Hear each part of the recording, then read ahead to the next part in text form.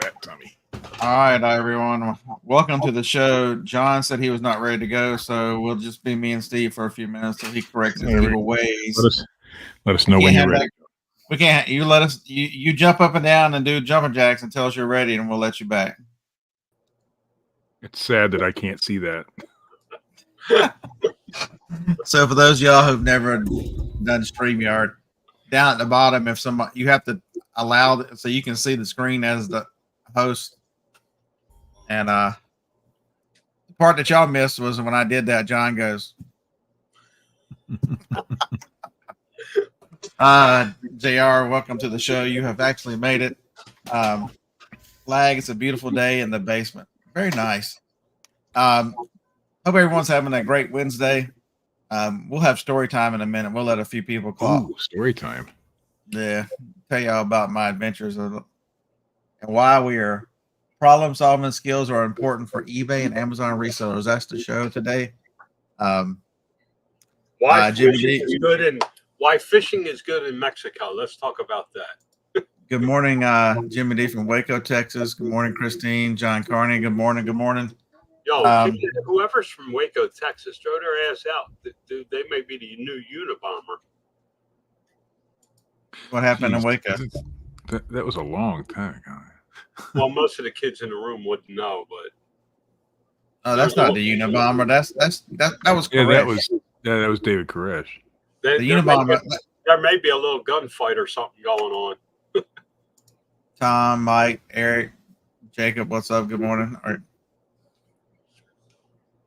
Larry wants to talk fishing. Hey, why don't you guys could start your own podcast where you could talk fishing all the time you want? Bullshit. I went once. Tom says, "Isn't Mike Pure Hustle podcast from Waco?" I don't know. Morning, Barbie. I'm not from Waco. Yeah, me either. I'm a wacko, but I'm not from Waco. Hope everyone had good sales this weekend. Actually did. Pretty strong. eBay is definitely crazy. So yesterday at 4:00, I had sold nothing on eBay, and I'm like, I've been listening. What the hell? And ended up selling 275 on eBay, which is good for me. My goal is only 200. So on eBay, if I consider anything above 200, I consider a good day on eBay. I'd consider anything over 100 a good day on eBay right now. Is there an echo? Or is it just me? Just you. I don't hear an echo. Chad, what's up, man? So I saved Chad's week. So if y'all don't know Chad, he's a good dude. Chad, not our Chad. No, sort of local. Oh. He says something in the Friday Night Live about I'll see you Monday morning at Van Massey, and I'm like, I sent him a message. I'm like, it's a holiday. I'll see you Tuesday morning at Van Massey. And then when we get to Van Massey Tuesday morning, Big John, he's the auctioneer. He runs the place. Big John says, I checked the camera to make sure you and Harlan didn't show up yesterday. I wonder how many people did. Harlan and I have showed up on the wrong day. And he personally tells us, he emails everybody else or puts out a little piece of paper, and he comes over to me and Harlan and says, next week, don't come on Monday. So, but I don't know how he does it. So, y'all have never seen Van Massey. I've taken a few videos there. Maybe I'll do one next Monday. But it's a huge warehouse. I don't know how many square feet it is, but there's a left and a right side. One is 1 week. So we dropped off the left side, which is the larger and physical side. But for me, it's my smaller side for table. I have 2 tables on that side, and I have 3 on the other side.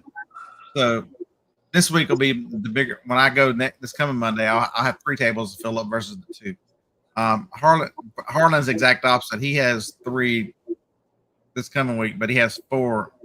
He has 4. Or maybe he's got 3 and 3. Who knows? But so 1 week's always there, and so we refill the other week. But he's got a lot of regulars, but he's got extra tables that people can contact him to sell on, and he just go here, and then he never a piece of paper, never writes anything down, but he fills up all the tables. It's absolutely amazing that his ability, and he's been doing it so long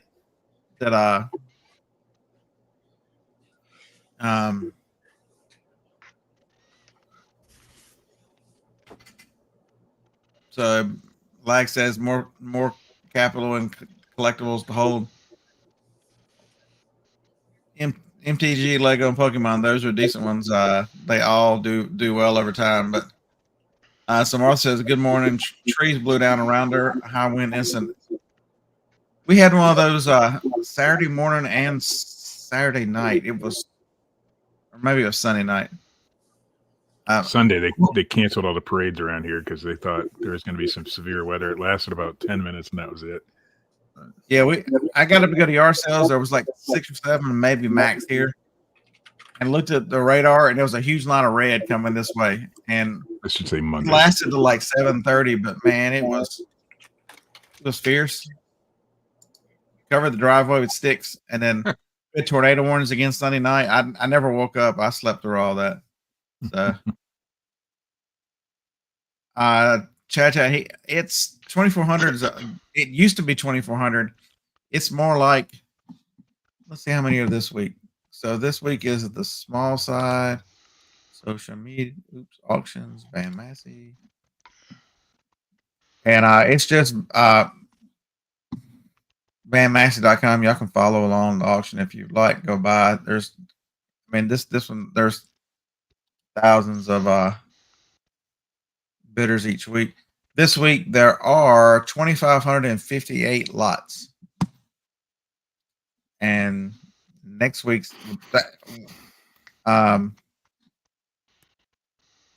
we dropped everything off, and they are already working on getting the next one up. The next one is already. We dropped them off Tuesday, and they've already got 2,512 items up. It might grow a little bit, but it's amazing how that's a well-oiled machine for all the sellers to drop by yesterday at 12 o'clock. And here it is the next day. It's not even, they've already got that many pictures up and posted. How many employees do they have? I don't know. They must have a few if they can get it out that quick. I mean, they're just taking one photo of the item and moving on, right? Yeah. No, there's generally 2 to 3 pictures. Wow. They do. They got some fast workers there. Then. They pick up on Fridays, but you can also ship. They will ship worldwide for a certain amount. Whatever, some lots. It's a great.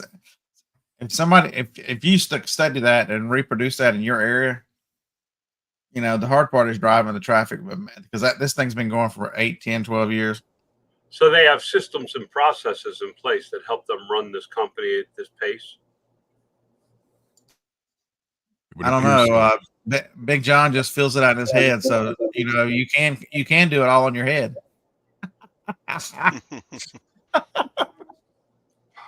But then you're limited to the space that you can keep between your ears.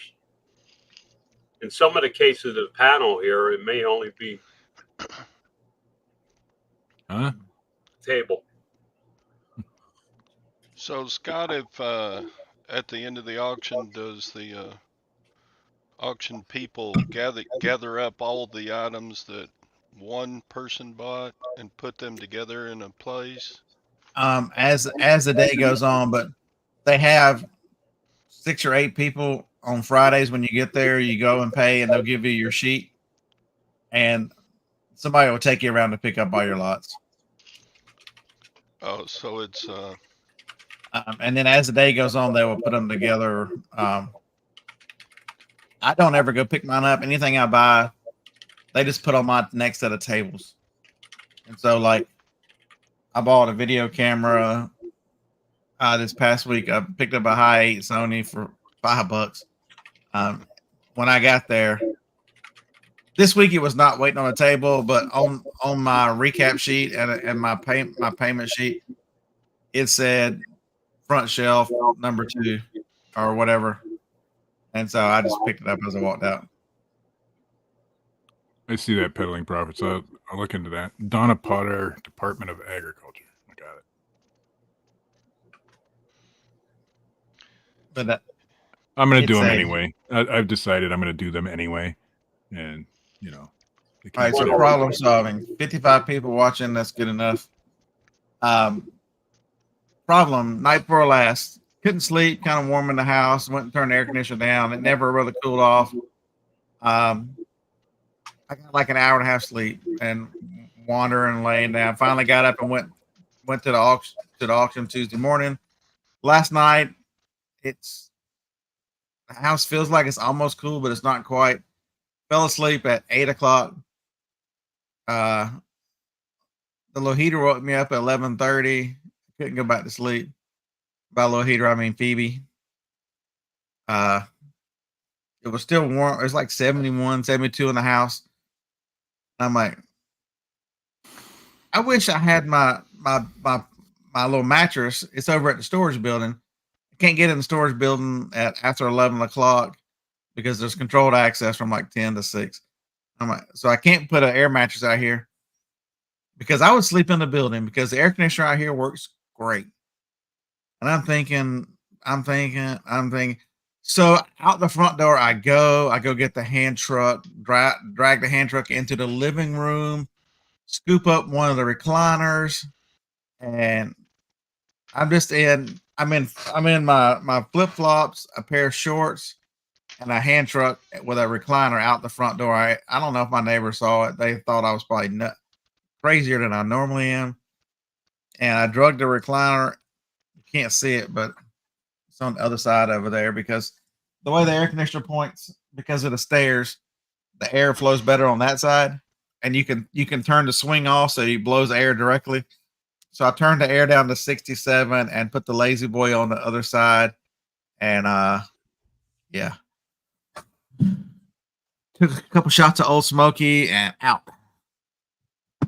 So you should just leave that thing in there permanently. Always be prepared. You know, Alabama hillbillies. Yeah, this hey, good morning, Larry. What's up, Kent? This Porcelain Prince. This building is, remember, I insulated like a house. I got insulation on all the walls. It's permitted, so, and they didn't insulate the attic, so I rolled the insulation up there myself. The door over here is insulated, so it holds temperature pretty good out here. And yeah, Eric, I don't get kicked out. It's Joni's birthday, for God's sake. So that's what you gave her for a present? You slept outside? My wife mentioned me sleeping in a separate room the other night, and I'm not sure why. And all right, all you hateful folks, here's how I get even with you. We didn't eat wings last night. We ate at a different restaurant. It seems like the wing place we are eating at all the time has not been paying their staff, and so we are not going to be a party to that. So we are going to choose multiple restaurants now. But when I got home, the sack of DNA in there that never leaves the house had made that for his mama for her birthday. So homemade strawberry shortcake.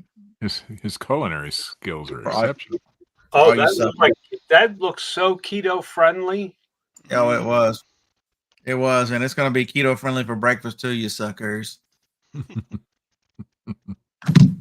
So there. Did I hide the pee jug or I just fired out the door? So at some point in the middle of the night, this building has an extra concrete pad over there, and then it's just straight woods. I might have been standing over there in just my underwear peeing outside about 3 o'clock in the morning. So there was a guy who had a little garage behind his house, and he did a lot of working on cars back there. And he took a coolant jug and a funnel. Anyway, he had a hose on the bottom of it, and it went out. He attached it to the wall and cut the top off. And if I'd have been smart, I'd have left. the wall. I left a hole in the side of this wall right out to the creek, and I'd have just peed that There way. you But go. I didn't think about it that much. Coolant jug, screw it to the wall, and put a hose on the bottom of it. That's what he did. Cut the top off. Mm. You always got a hose so you can put a funnel on it in case, in case, Or you could just get No. a big funnel, yeah. So Larry says your listings with calculated shipping now display eBay discounted rates nearby.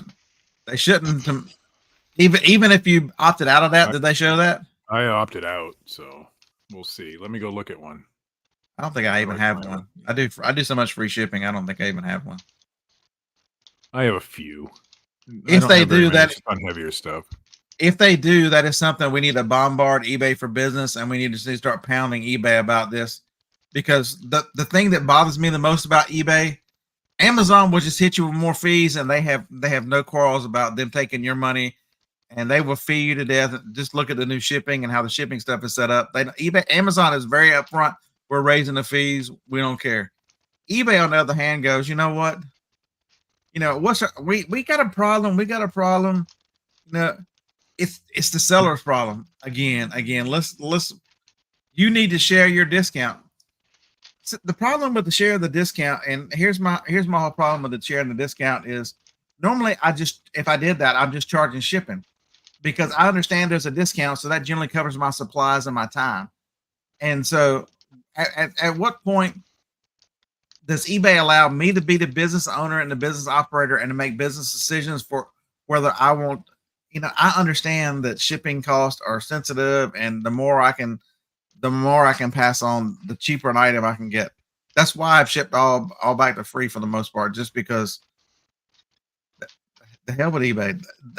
They think that you are too damn stupid to do what's right by your business and your customer. And so they're going to, it's like they're the teacher tattling. Shipping really doesn't cost that. Look what they're charging you.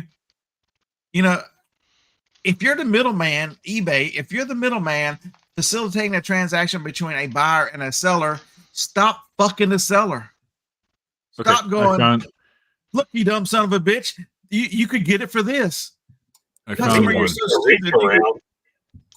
I found one with calculated shipping, and it does not show, at least I'm looking at it now, it doesn't show the discounted rate. Yeah, that's like eBay giving you a reach around with sandpaper gloves on. There you go. Hey, listen, here's the thing, and I'm going through this right now. I'm working on 80/20 and exiting the business and systems and processes and all that. Here's what you have to understand. eBay's doing what's best for their business. They hand you a set of rules. You either play by those rules, or you need to go find another ballpark. In reality, even with this discounted shipping, if they showed discounting shipping, instead of bombarding them and spending my time spinning my wheels on something that they may or may not change, wouldn't it be simpler just to add 10% to my shipping cost? It's not offer discounted shipping, or not offer discounted shipping. I have no discounted shipping. All this shit you guys are talking about, with one click, I fixed. But the problem is their solution, John, and I'm talking about the overall health of eBay. It's not even. I don't care that they do this. If they think that that's going to benefit the customer and drive more customers, okay, drive more customers. But the problem is they do no outreach. They do anything other than eBay Motors, and they have gone on the record as saying, "Well, we spent money trying to attract customers, and it didn't." They did the old California try. Well, we tried a little bit. We spent money. We can't see any returns. So go shit in the street. We don't care. I mean, that's the problem. Is they give up so easily. They give up so easily on trying to attract new business and go right back to what their latest for the last 3 or 4 years is. We're just going to add fees to the seller. The seller's going to pay more. You understand now that eBay, in all of its infinite wisdom, and it's probably got 1/20th the size customer base than Amazon does. It is now more expensive if you promote at least the minimum 2%. it is more expensive to sell eBay than it is FBM on Amazon. And Amazon gives you, 100 times more customers, whatever the number is. And if we knew the exact amount of traffic that was on Amazon versus eBay, it's staggering. And we would all go, why are we piddling with eBay? I mean, I understand eBay's got a different market and there's customers there, so I stay there. And you can't sell everything on Amazon. I understand the reasons. I'm just being the sheer amount of, for what you're getting, they are pricing themselves insanely out of the way.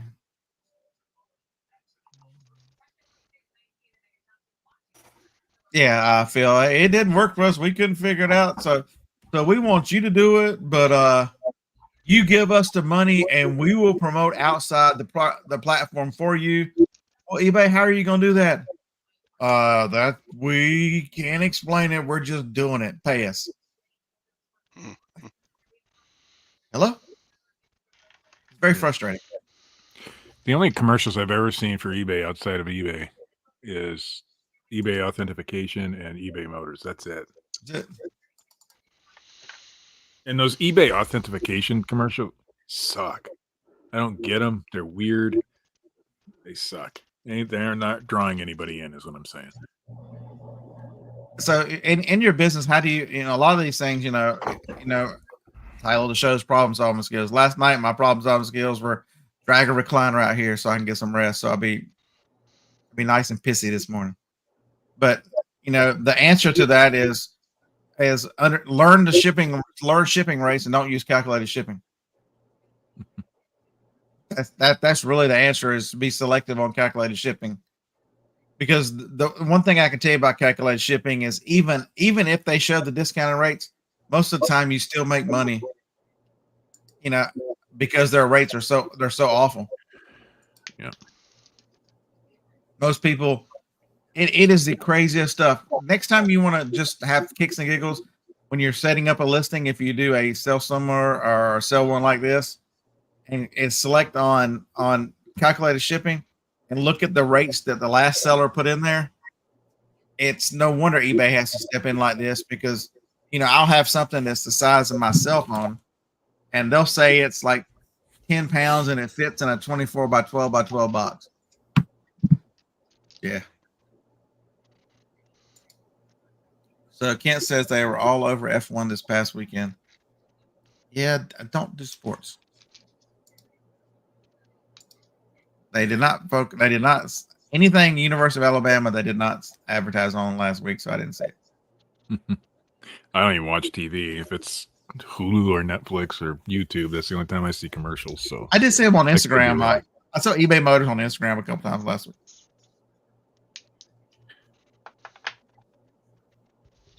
I might see them. I just started using TikTok. I never got into it before. I didn't feel the need, but I want to see if I could actually upload things there. So I started playing. You want to get in before the ban goes into effect? Yeah, just before, so that when they ban me, I can be devastated, or ban the whole thing. Yeah, but they're not going to ban it. It'll come through. You watch. But the sheer randomness that is eBay now, I will go 18, 20 hours without a sale. Then I'll have like 6. Then it goes cold again. That is so odd, so strange the way, and everybody reports the same thing. I don't know. I'm being a part-time seller now. I'm not making a ton of money, but it seems pretty steady for me. When I list, I sell. When I don't, I don't. Yeah, how about that, Phil? You're exactly right.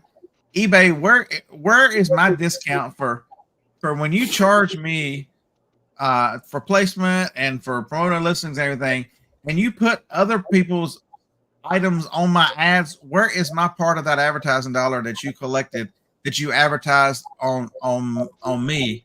When do I get my cut of that? So I went to buy bubble wrap the other day because I'm almost out, and I always go to the same company. But I went to American Bubble Boy. American Bubble Boy is the cheapest and most. Man, I buy from the same place every time. It's just the way it is, and I thought about it to see if it was a little cheaper, but I don't think it was. Anyway, there was Scott, I'm ads for loyal. I other. use your link. American There were- Bubble Boy is solid, and Sorry, Steve. I don't care. I'm the If world's you guys worst with want to support names, and American I Bubble need Boy, to that's fine. start convincing myself I'm the best with names. But somebody tell me what the dude is who runs Do you have American a link Bubble for Boy. American Bubble Boy? Why don't you put that up while we're talking about Bubble Boy? I do, but I don't know how it works. I'm not very aggressive with that one. All right. Anyway, so Is it not in the point bottom? was that no, I don't see it. I saw about 50 other ads for other bubble wrap companies. Now, I'm pretty loyal when I start buying it. If I like it, I don't like switching bubble wrap companies because I like the stuff I get, and I don't want to. Sometimes it's crap.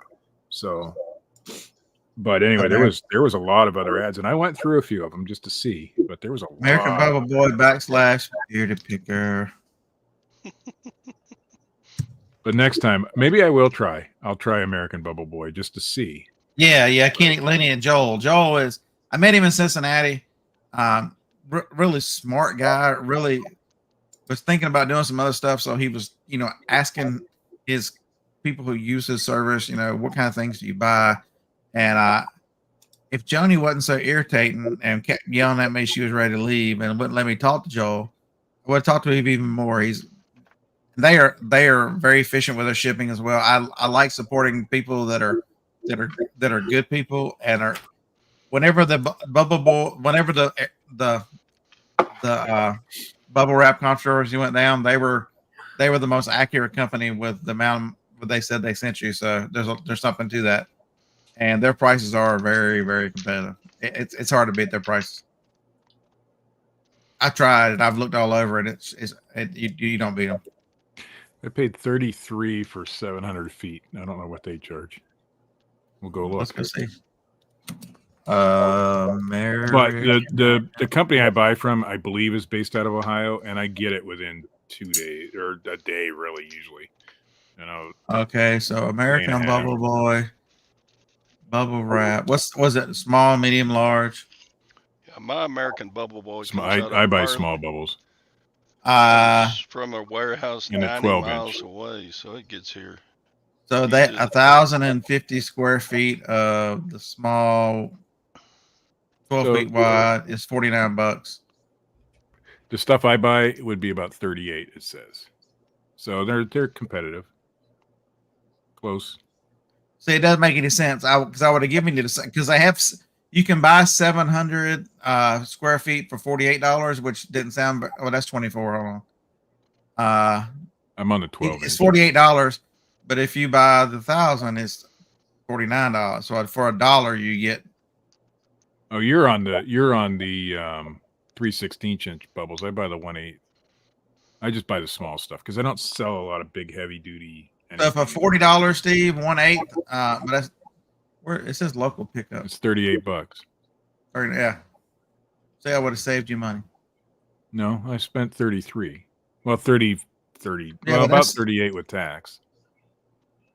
But it could be a better bubble wrap. I don't know. I'll try them next time. Yeah. It's not that much of a difference. I'll give it a shot. I don't care. Well, they do run sales as well. So right now they're running a sale on the 1/8. 1,050 is $49. Is $6 off. See, now that would have saved me money. I see that. Yeah. I'm always looking out for you, Steve. Yeah. Same amount of. No, that's 700 square feet I'm looking at. Never mind. Good morning, Dawn. Mary, I would tell you good morning too, but you probably got headphones on, so you wouldn't be able to hear me.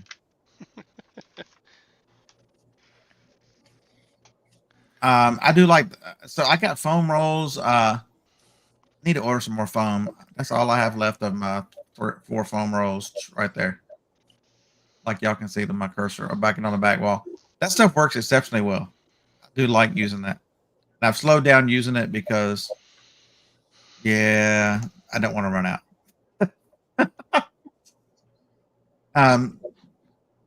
She said good morning back. Awesome. I was delirious yesterday, so I didn't bother you with my twisted humor. I watched part of your show. I should have said hello, but I was trying to decide whether to stay up or not on my 1 hour sleep when I got back from the auction, and I took an Adderall, and I was crazy. And then last night, Joni kept asking me questions, and she's like, "Why are you being short? Are you mad at me for something?" I'm like, "I'm crashing off the Adderall. I'm hot. I got to go to sleep." Yeah, I tried to take a nap when I got home, and it didn't work. Al Bird called and woke me up. Thanks, Al Bird. You're the fool to answer the phone. I can't help myself. My wife shuts her phone off at 8:00 every night. It's gone. You can't get a hold of her. It could be the biggest emergency in the world, and she would never answer it because it's shut off. Me, I can't shut it off ever. I'm afraid that something bad's going to happen, and I need my phone. But as these things are, so as eBay does their craziness into, the shipping thing now that everybody will be talking about, doesn't really affect me because I will, if I charge shipping, I will, it's no more than like $8.95. Some items I do that. Most items are free because free is where most of the items I sell. The competitive nature of it is free shipping, and so any money I save goes to me. So I'm okay with that. There's a few items I still charge shipping on, but it's usually really low end. I wonder for Low end things. I have a lot of Olympic pins, and you can sell them for like $2 or $3, but you have to have shipping on top of that, or you never make money. So, and it makes the buyer think that it's a little cheaper when they first click on it. So I'll use shipping on that stuff, but most of my stuff is free. There's a few calculated in there though, the big stuff. My shirt says, "I'm tired of retired. I'm tired of lag."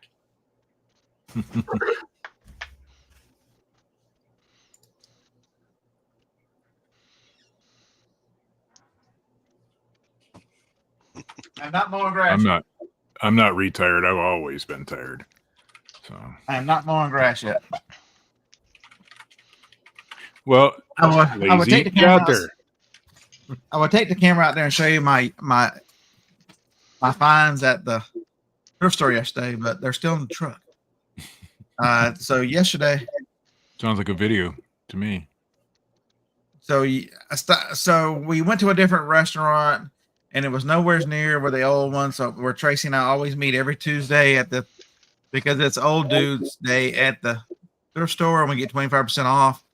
So I left early, went anyway, and man, was that a great decision. So everything I bought except for one item goes to the auction.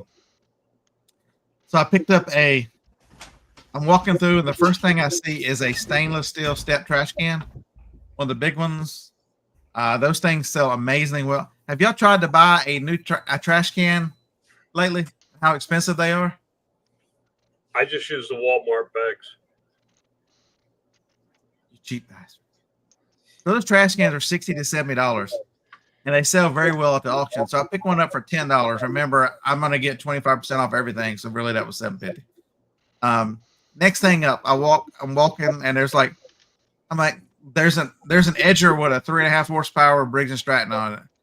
I'm like, it's probably going to be too expensive. I look at it, $15. I'm like, all right, $15. And so now I am pushing the edger I'm trying to hold the trash can on top of it as I walk to the back. And there is I can show you this one. So with 25% off, how much did you pay for the edger? 25% less, $15. I see what you did there.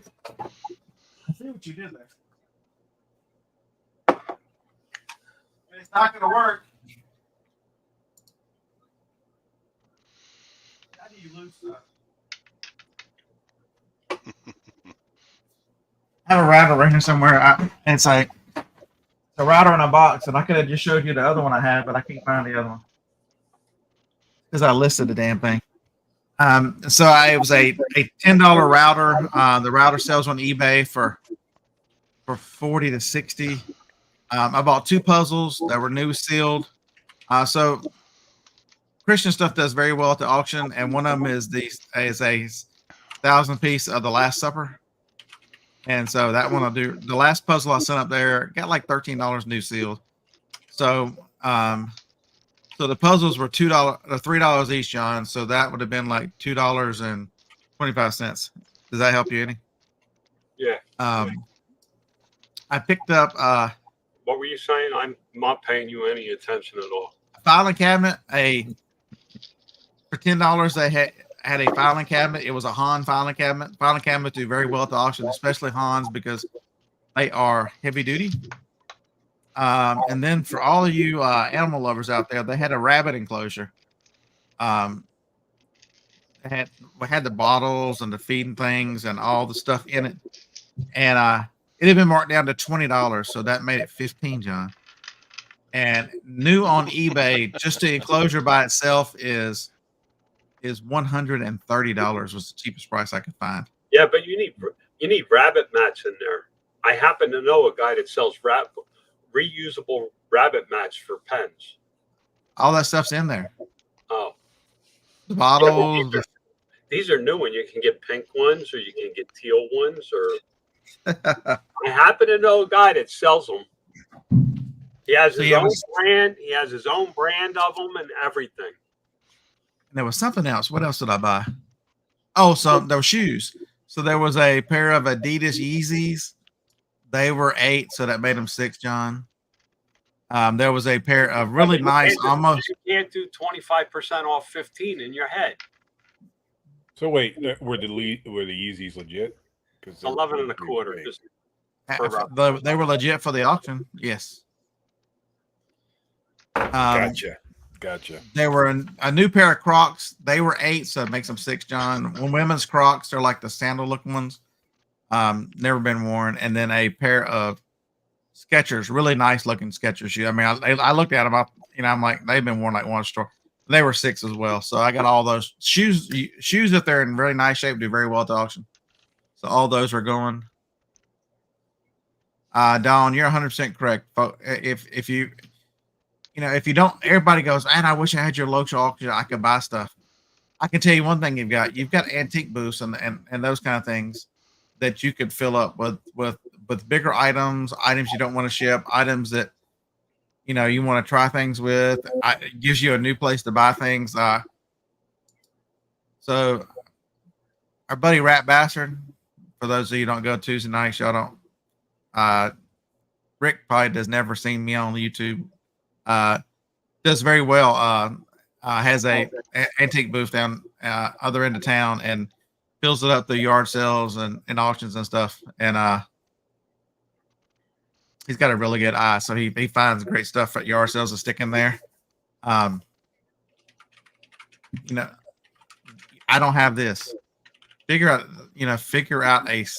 a way to get rid of stuff. Figure out a way.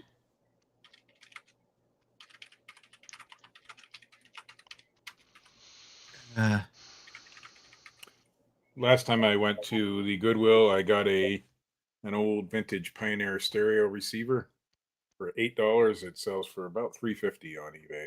I'm still in the process of cleaning it up and stuff. But yeah, Tracy was saying he picked up an amp last week that was same thing at one of the thrift stores or estate sales that was $8 or $10. It was worth $400. Yeah, I believe it was a Pioneer. Tracy, are you watching me at work? All those silver face Pioneers, those are all awesome. $8.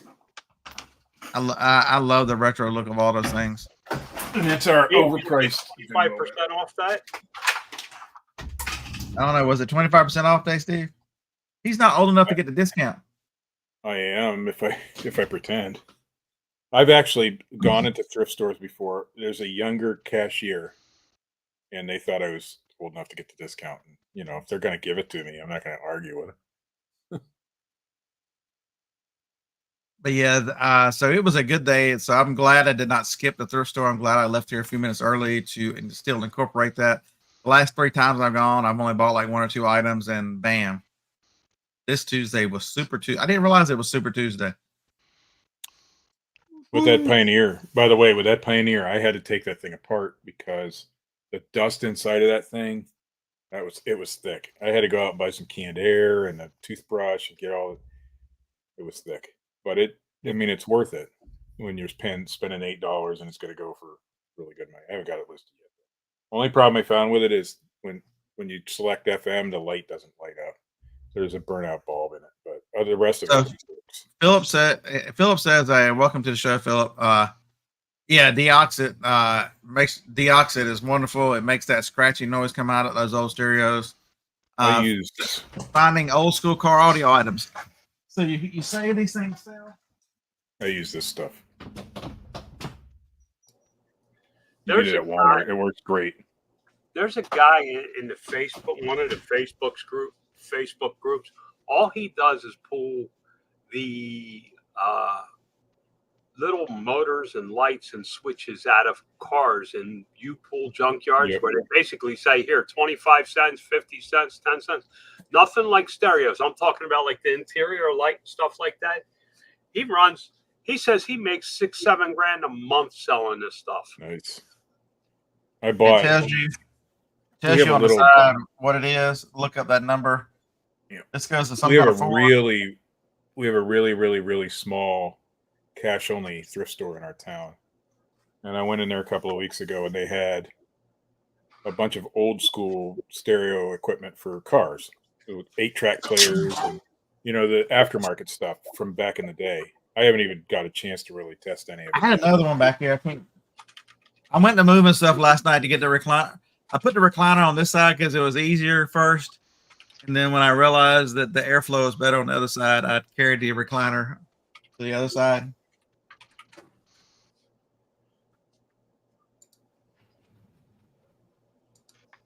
By the way, that Two Hip Chick says that's on their desk as well. This is the poor man's deoxit, but it works really, really, okay, really so good. 25% seats. They take $5 for the whole box. What is that? Don't miss on this kind of stuff. Like a series of books like this. These on eBay, 8 of these go for like $40. So I'm probably going to ask $44, $45 for that 10. And then there's 28 of these all in series. They're worth like $35. Don't miss out on. And no, they're not getting my discount. And yes, they're going medium now. But there's advertising on the back page, so you got to be careful with that. I told y'all I was not going to ship big things anymore. But when they say $20 for brand new sealed, Yeah, it sells for $130 on eBay. Yeah, but is that worth selling for you, or is it something you drop at the auction and get $30 for it? Well, I only pay 20. If I get 30, I lose or I break even. No, I'm gonna take 3 or 4 pictures of it. I'm gonna stick it on that top shelf, and when it comes, I'm gonna stick a shipping label right there. I mean, it's worth it. Just UPS will pick it up in the driveway. All right. Listen, I'm not saying that's a bad idea. What I'm saying is sometimes the quick flip replenishes the wallet, and the long sale depletes the wallet from the next buy.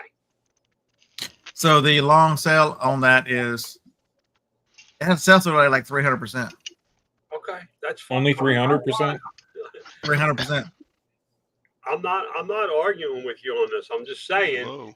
Some people look at this stuff and go, "Oh, I can get X dollars and I'll put it on the shelf," and they end up with 1,500 items in their store, and then they go, "But I only sold $200 worth of shit last week." Well, maybe it's your pricing, maybe it's what you're picking, maybe it's maybe you're not using your resources the best way possible. And I got the same issues on a bigger scale with different things, but.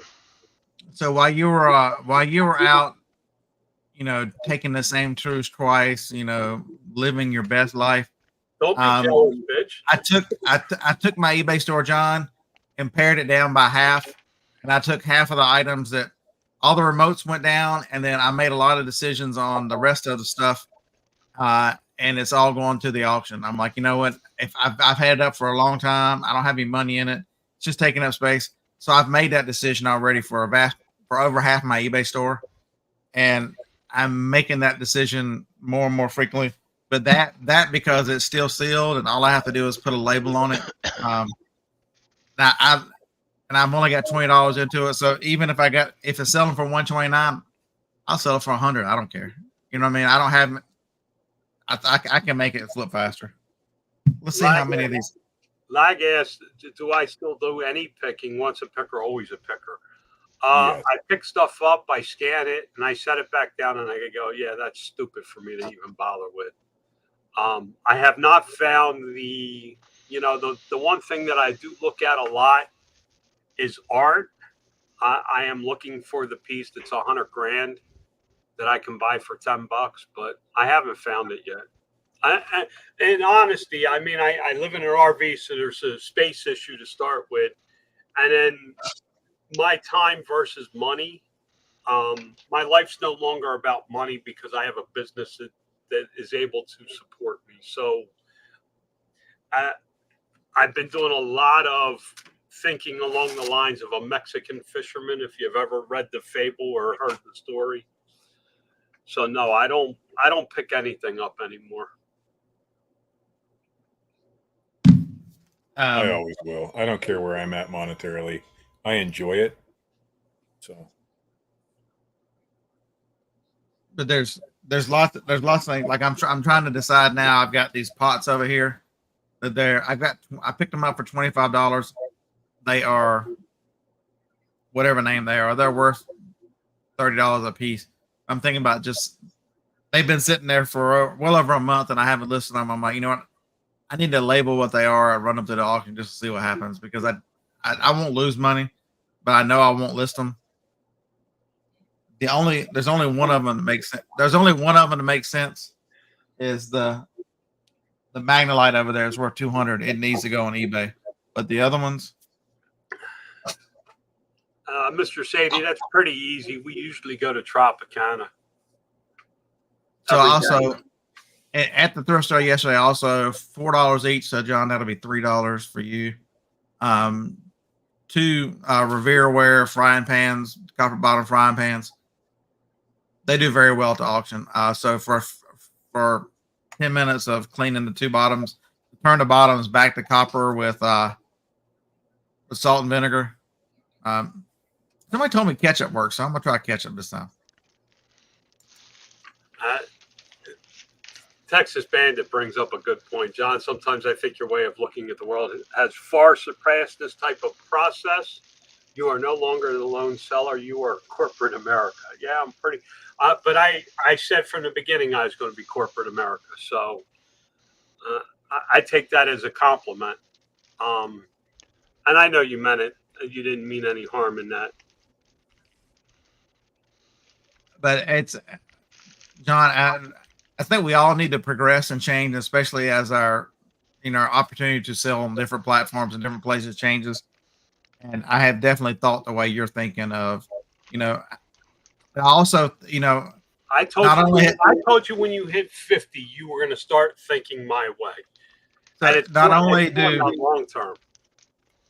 only do the items that are a little slower sellers or bigger items or whatever the difficulty, the eBay to cause me to kick them off eBay and go to the local auction, also had the effect that triggered that is everyone talking about and really wanting to try what happens if I pare my eBay store down. That really picks up my sell-through rate because I'm selling much more of the items that I am picking up as I go through for eBay, because I want eBay and Amazon to be more of a mirror.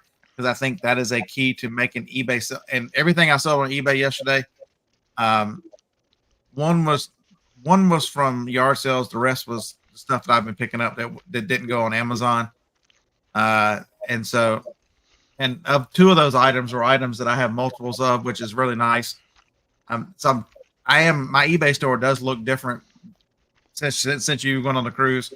I've been having these thoughts. You just haven't been here to listen, but I've given you a lot of praise, John. You just don't know, and I swear everyone to secrecy, because so this is it, folks.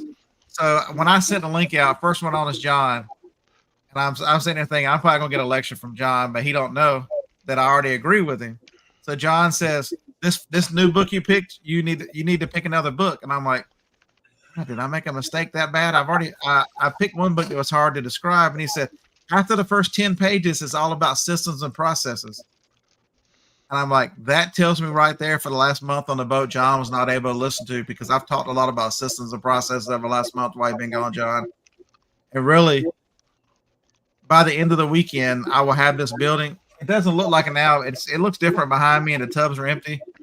But I plan on taking next week being gone 4 days, and so that means that Jacob needs to be able to walk out here and run the shipping and run everything just like I was here. And so it needs to be streamlined. It needs to be organized. It needs to be where I can show him all your stuff is here for there and here for here, and minimal contact because I shipped Monday night 69 and 2 of them were in the building. Everything else was here. And so I'm thinking, how do I make it more efficient where I can get out and buy more stuff and not have to send it in the FBA? Well, I need Jacob or Johnny to ship, and it'll be Jacob. And so it's how do I set the building up where everything is so easy while all he does is come out, pull it off the shelf and ship it through small boxes and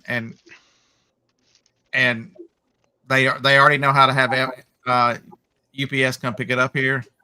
The shipping computer is all set up, and so really making it where it's much easier to take advantage of this building and run everything out of this building and allow me to go do the fun stuff that I want to do. Good. I'm behind you 100%.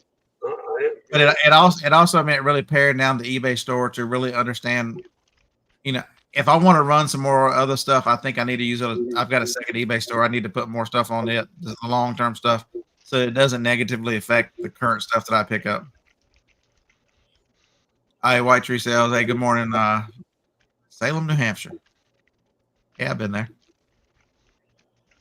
But I think if you're not changing your business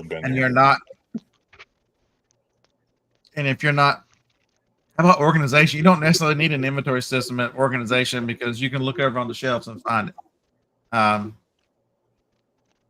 It's more processes to me than it is inventory system because it's going to be right here. You need a workflow. Workflow instead of workflow. I need systems and processes because I'm not involved in this crap. I'm not involved in it on a day-to-day basis, so I need systems and processes for other people to follow.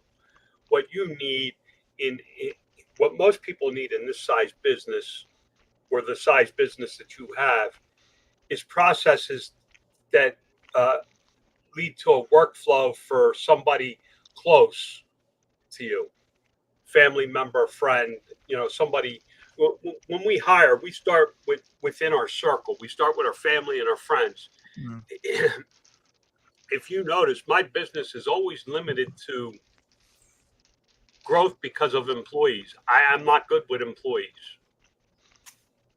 So I have family and friends and one employee. When you stop and think about it, I have one employee, which is Alejandro. And how he fell through the cracks, I'll never know. But it's just, you have to adjust for what you want and need. I push systems and processes because I knew at some point in time retirement was going to creep in. Oh, it's great to sit in your 40s and go, I'm going to work until the day I die. But then comes along COVID and you watch people actually dying off at a younger age. And I'm not here to discuss the politics of it, but there were people dying during that time that were our age that left their families devastated. If I die tomorrow, my business will continue to run and support my family. How many people actually, if they died, would hurt their family because of their eBay stores? People would be paying money, filing claims. Look at what happened with Dusty, and his family and the chaos that created. All I'm saying is we need to think about processes of how do we turn things off? How do we do this? How's this continue?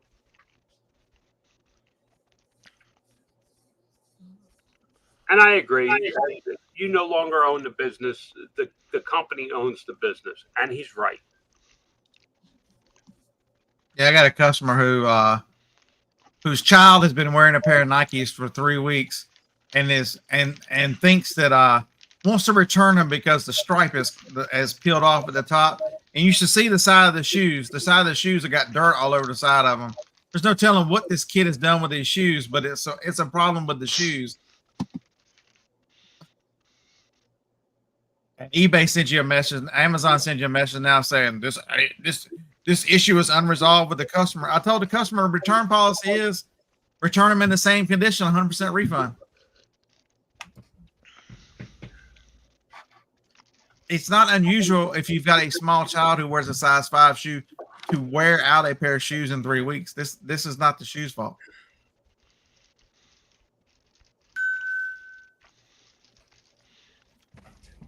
And also, by putting systems and processes in place, you'll be able to grow your business enough to support your family, including Jacob. And listen to this.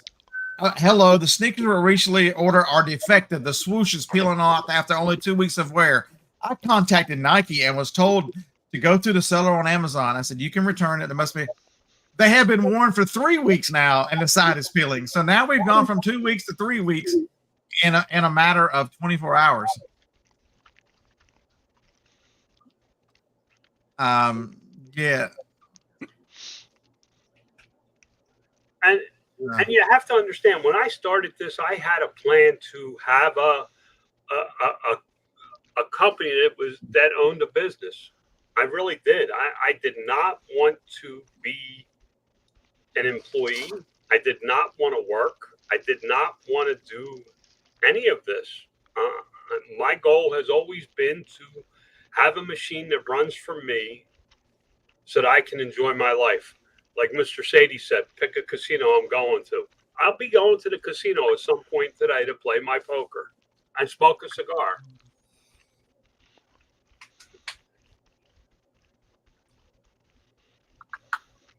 To the esteemed panel, that he must be a first-time viewer. There's not much esteemed about me. Yeah, there is. Both. All three of y'all are esteemed piles of shit. There you go. Is that what you meant, Brian? I know that's what you meant. What now? No, Landshark Picker. They have not opened a return, and they keep. So we pay all this. See, we give eBay a hard time, and Amazon is just as guilty. We give them all this damn money. Amazon employs fucking morons. And so I got one yesterday. Somebody wants to return an item. I don't care. Return the item. And they don't contact me. They keep going through. You know what? I get my response from Amazon. They told me customer needs a return label. Can you please provide them a return label? Why can you not tell them to open up the damn return and it gives them a free return label? Why do I have to respond to the damn customer and tell them, I'm sorry, Amazon customer service is not smart enough to tell you when you open the return, you get a free label. All you have to do is send it back. You don't have to request a return label from me.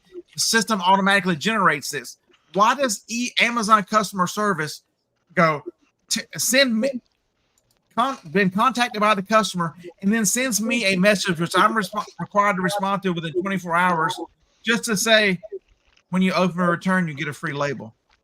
Why can't they tell the customer, please open the return, you get a free label, and move on? Because they're poorly trained. That's why. Ignorant. They don't know. They have no idea. They have a script, and if it's not on the script, then they don't know it. It's amazing. The customer no service, the amount of money that our fees and stuff go to paying for customer no service, when they are absolutely no help. They have no problem solving skills whatsoever. A customer says they want to return an item, and these are returnable items. These are not no return items. These are returnable items. All they have to do is tell the customers, we're sorry you're unhappy for that. Please hit the return button. It'll open up and give you a label. Send it back. That's it. That's all you have to do. Ken, I think you're 100% right. I think they expect Amazon just to give them the money back without doing anything. I think Amazon has trained the customer. If they call and complain, they're not going to have to do anything else. they're just going to get they're going to get a free return and keep it. It is a great scam of our time. Amazon and the way they have swindled the American people into building their infrastructure for them on tax dollars, under the guise of it'll be good for all e-commerce and all e-commerce will be allowed the investment that the American people are making, as Amazon has now claimed it all for their own self and runs a monopoly across most online sales. And now they are training the masses to go just to get it for free. How do you get it for free? Well, I don't live in California where I can go in the store and just walk out with it. So I'm going to order it on Amazon and walk out with it. There is no difference, folks. If you walk into Target and steal a pair of shoes, or if you force a return on Amazon or money back on Amazon without ever sending it back, you were doing the same theft. Change my mind. You're doing the same. It's the same theft. I agree with you, but society doesn't, unfortunately. I was listening to the radio show and I think I mentioned it before, but this lady buys shoes, wears them for 30 days, returns them every single time. And Amazon has done nothing to stop her from doing that. And she said she's going to keep doing it until Amazon stops her. And the one radio host said that might be a crime. And she's like, well, whatever, I agree with you 100% on the Iceman, especially when in the detail. I don't understand that. If you're ordering, Tom, love you to death, but brother, whenever you're ordering an ice machine, I can't imagine that you didn't think of, well, what size is this? Let me check the dimensions before I order it. How did that not cross your mind? Tom's old school. Maybe it was different.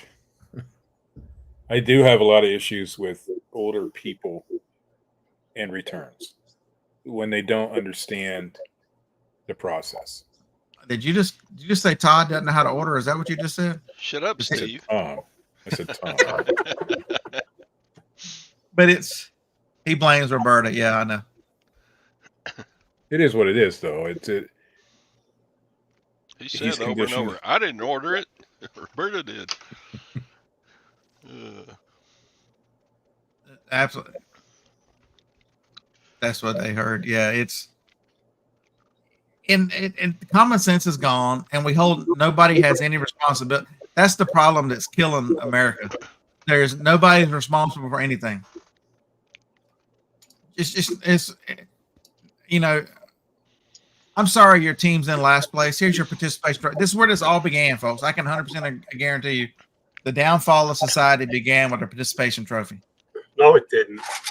We taught people that they didn't have to compete, that they never lose, that everything was going to be hunky-dory. Life is you're entitled to this happy-go-lucky life, and everything you're entitled to everything somebody else has worked for. We taught all these lessons through these terrible shit. I think it started before that, but that's part of the culmination of what it became. And we as business owners are trying to pick up the pieces and forge a living. No,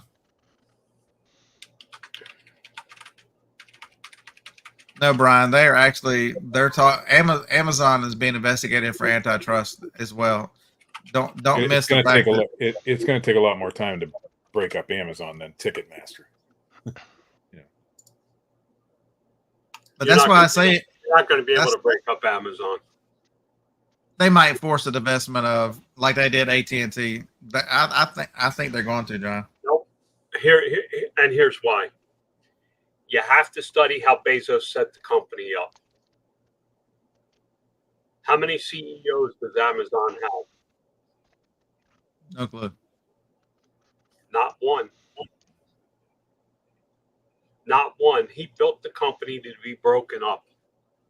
He fully expected at some point to be a monopoly and that it would get broken up. Every division within Amazon has a CEO at the top of it. Well, they can force the invest. They can force the investment just like they did with Marvell. They can break the company. They can break the company up. It's already set up to break up. That's why there's new shipping fees. we all talk about the shipping fees. What we don't talk about is the discount on the FBA fee. Right. And you have to understand they did that because shipping is now a division in the company with a CEO that has to show a profit. And Amazon has for years used the FBA fee to aid in the shipping costs so that it looked like they were giving us a discount on inbound shipping. So now they're breaking this all up. They're setting this all up to be broken up by the government. Do they expect it? They're going to get a monopoly charge against them? Yes, they are. And they are setting themselves up so that when they break it up, nothing ever happens. All it's going to be is all these little fragmented companies that do the same thing they're already doing. Right. And I fully and truly believe that. If you read Bezos, the letters, Bezos letters to the shareholders through the years, it's very clear that he expects his company to be broken up. And I believe they're planning for it. Ken says none of that matters. They will force division. Sure, they will force division, but they will split off AWS, which has a CEO. These things are all built and designed to be broken off. It's kind of like think of a car and a trailer. When you put them together, they work fine. But if you separate them, they still have a job. They still do something. And Amazon has just added a whole bunch of trailers that can be taken apart. But once you take them apart, that allows competition. And I mean, look what Ma Bell was the same way. Ma Bell was a huge monopoly, and it allowed the Amazon has competition now. What is eBay? What is Walmart? What is yeah, right. Etsy and all the other things. I'm not saying that they're not going to come after them and try and break them up. I love Mr. Sadie's comment. Don't hate the game, learn the rules and beat it. Yeah. I've always said that. That's why it's problem solving. That's why you talk these things through. That's why you get angry, you get mad, you get over it, and you work what's best for you. And that's why I tell you can't ignore the other platforms like Whatnot and some of the other ones. While they're in their infancy, get good at other platforms and take advantage of them if you have the ability to do these other platforms. Mr. Sadie says the sad part is Amazon was absolutely built off small sellers, and they could care less now because the catalog has been built and the data has been collected. And that's true to a point, but isn't that true with all businesses? When you're when you're digging ditches for somebody, you do the best job you can when you got one customer. You try and do a better job when you got 5 customers. But when you got 20 customers, doesn't it go down and you focus on your best, what brings in the most money for the least amount of aggravation? I know I am. I'm facing that right now. I have a product line that is worth a lot of money, and I'm looking at it going, okay, 20% of the product makes 80% of the profit. Do I kill off 80% of the product and just focus on improving those sales enough to equal back to 95% of the profit? Don, I 100% agree with that. Business is a game. Play smart and stay flexible. And, that's why I'm constantly focusing on this year. My goal is to read more books to make my decision making better, so I can see things in a different light versus just eBay's out to get us. Okay, I 100% agree with John that eBay is out to make eBay money, and they truly don't care about you or the customer. They're trying to do what they can to make their bottom line. And so, how do I take advantage of eBay's rules to be an effective seller on eBay? How do I? Same thing with Amazon, same thing with Whatnot or whatever. And I 100% agree that. And that's the thing that's easier for us as small sellers. We don't talk about this a lot. John is a large seller, and everybody thinks they want to be John. But John, if I told you today that you had to switch from 3-inch tape to paper tape tomorrow, what kind of a monkey what kind of a curve is that for? That's a curveball for you. The rest of us can throw a couple rolls away and put the new one in operation. But a larger company can't turn as fast. No. Nope. And so we have competitive advantages against some of these bigger competitors, and I don't think we take advantage of them enough as smaller sellers. You don't. Because as far as that turning, you know, from 3-inch tape to whatever, and the company I used to work for, you know what I mean? We're too busy being the victim that we don't see the opportunities. The company I used to work for used a DOS-based dummy terminal system to keep track of what we were doing out on the floor, and to switch that around was thousands and thousands and thousands of dollars that they didn't have. It took them they finally did, but it took them forever. I worked there for a few years, and at the end of my stay, they were finally switching it. But then they went to Windows 7. See how hard that is for that company. But if I told Dawn, listen, tomorrow you have to start using MacBooks and no more of your PCs. Sure. She'd have a few weeks and some growing pains, but she'd figure out MacBooks in a hurry. I know this just because I know Dawn is on Windows. But to tell John that he had to switch from switch operating systems tomorrow, there's no way. But you know. And so when John and Wade been gone, that's why I made the decision to cut a big chunk of my eBay off and send it somewhere else. I mean, I did that in a few hours just sitting here. And then I went to the building and I pulled all those items and put them in the other pile to go to the auction.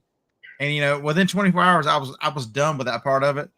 But, you know, if we told you had to start selling half of your eBay on Etsy tomorrow, you couldn't do it. You could eventually get around to it, but you'd have to come up with processes and how to integrate through your inventory. And you know, but there's also huge advantages John has with repetition and systems and movement of product and supplies, economies of scale. My biggest advantage is the profit per item required. Mm-hmm. I sell somewhere in the neighborhood of 35,000 products a month in total.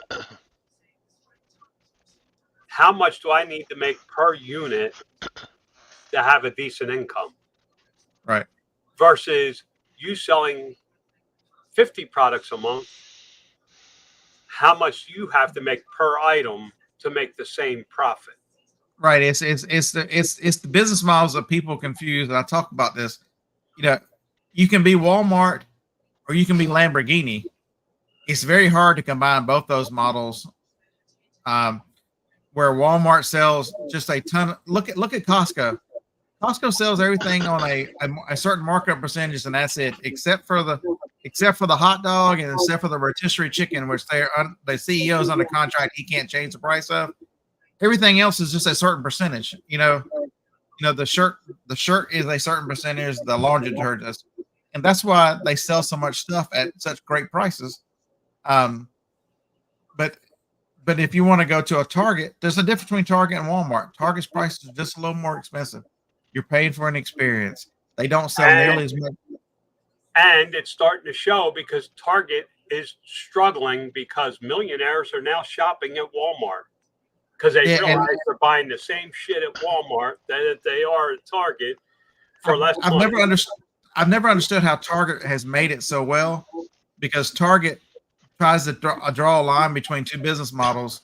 They try to be a little more upscale than Walmart, but deliver the same products and the same competition as Walmart, and they're going to get beat by Walmart every single time in price. Well, Target's market, if you look at their marketing strategy, they carry just a half a step up from what Walmart does.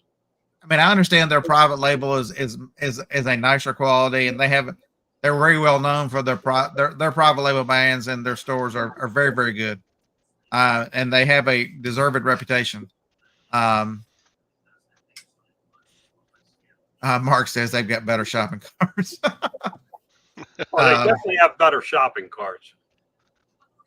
and the experience is much nicer, and they have a smaller customer base, and their stores are cleaner. Yeah, they are. You don't have the foot traffic that Walmart has. You don't have the rudeness. So some people are willing to pay that little bit. Yeah, I think Dawn might be right. A good time strategy where when everybody has money, they do much better. But when times get Hey, listen, Warren Buffett is very clear about the tide. When the tide goes out, we are going to see who's swimming naked. Well, the tide is starting to go out, boys and girls. And as competition stiffens in this industry, the tide's going to go further and further out, and we're going to see who's swimming naked and who's not. And it's not just the small sellers. I'm watching a lot of big sellers face bankruptcy, I need to sell this off because it's too big, it's too much, it's too this, it's too whatever. And they're starting to face problems. And when the problems surface, they push them aside. They don't look at them, and they allow it to grow bigger and bigger. So it's going to go. I think you're 100% right, because over we're going to go in a period of 4 to 5 years from pandemic times, which were the best of times for online selling. I mean, for people in general, it was the worst of times, but for online sellers, it was the best of times. And then the next 12 months, we're probably going to hit the worst of times. And there's going to be a lot of people that go back to jobs, and there's nothing wrong with that. It's just competitors in every industry and every market fall to the wayside. And can you think your way through it? Are you willing to do what it takes? So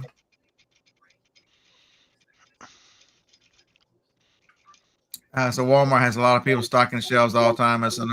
They're not stocking shelves, Mark. I don't think. I think they're just shopping in general for those blue carts will run you over for the pickup orders.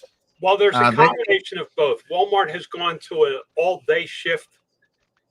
They've gone from a 24-hour operation to a limited number of hours. Yeah, that was a mistake. They do not stock overnight anymore. They stock all day long. They do not stock overnight.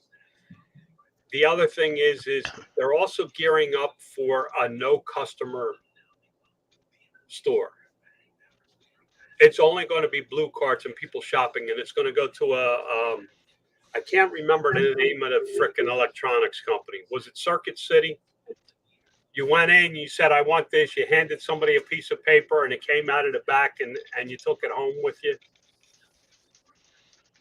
Walmart's going to be the same thing. You're going to walk in, and you're going to hand them a ticket, and you're going to pick up your order. Well, they're going to scan your phone, and you're going to pick up your order. It's going to be a warehouse delivery system, and they are pushing for that.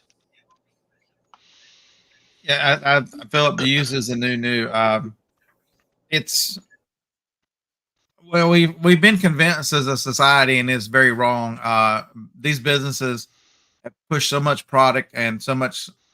The planned obsolescence model it seems to be running this course. It truly, people have had enough with having to buy the same thing. I was watching a video last night because before I fell asleep out here in my new bed and breakfast out here. Anybody wants to rent my bed and breakfast? It was talking about it was Marquise Brownlee, big YouTuber, big tech YouTuber. I like him a lot. He was reviewing Android 15. And he said the difference from 14 to 15 is just a few tweaks, a few things here or there. He said this a few years ago, this would have been 14.1. This is not an upgrade of generations. And how much of this tech stuff, what's the difference between iPhone 14 and 15? I've had them both.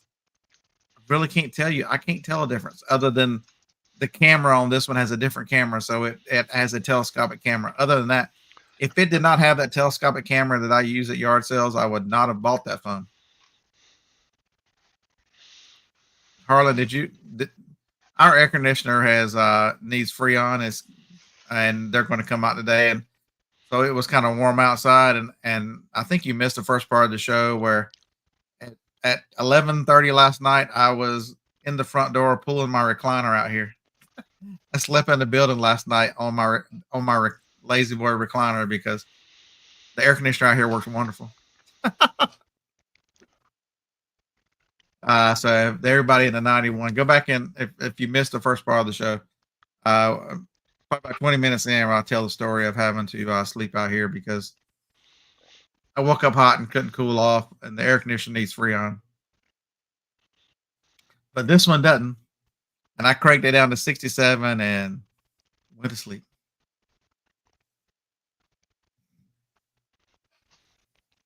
But it's the stabbing cat. Oh yeah, that's exactly what it is.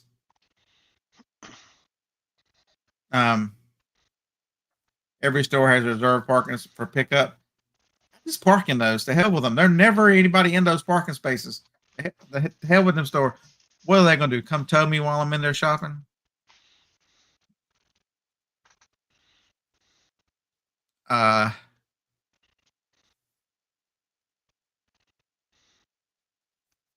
It is. It's a changing market. It's a change. I've been saying it for probably the last 18 months that people are going to fix things. You're going to figure out why your grandmother used to recycle aluminum foil. There's when times get tough, people are not going to spend. Look at the car market right now. Watch any videos on the car market. And we went from, in the pandemic, they couldn't get cars out there. So now every one of them's got a discount. You can't sell them. There's very few models that sell at even MSRP. Yeah, Texas Val, that would be nice, but Phoebe's the one that woke me up, Harlan. Damn. Phoebe made me hot. 1 in 10 car loans are in Delinquent. default. I wonder how many what percentage are delinquent? More like 25%. One or two payments behind. I'm 3 payments behind right now. 3 payments behind the ownership. So that's the grand plan, is to continue making the car payment in the savings and replacing this air conditioning system this time next year. Don,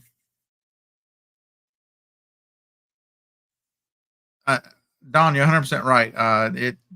Things that worked last year might necessarily work this year. And if you're not paying attention, you won't see these things. It's you also have to have an open mind. And it's I don't know if it's necessarily an open mind, John, but it's a positive outlook and you really got to be in a good headspace in order to because it's not the easiest thing in the world to look at your own business and go, something that I love to do and am very good at, I need to change. That is a hard discussion to have with yourself. We have a lot of pride in what we do, what we build, and what we've accomplished.